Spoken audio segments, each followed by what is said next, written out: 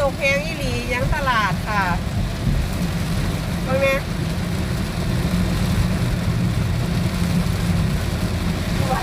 เนี่ย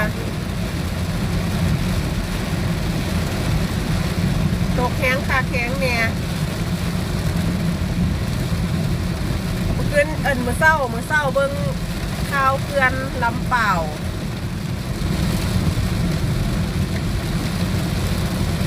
เกลือนลำเปล่าตอนนี้ก็จุน้ำเกินแล้วนะคะ ถ้าตกอย่างนี้เรื่อยๆก็ท่วมได้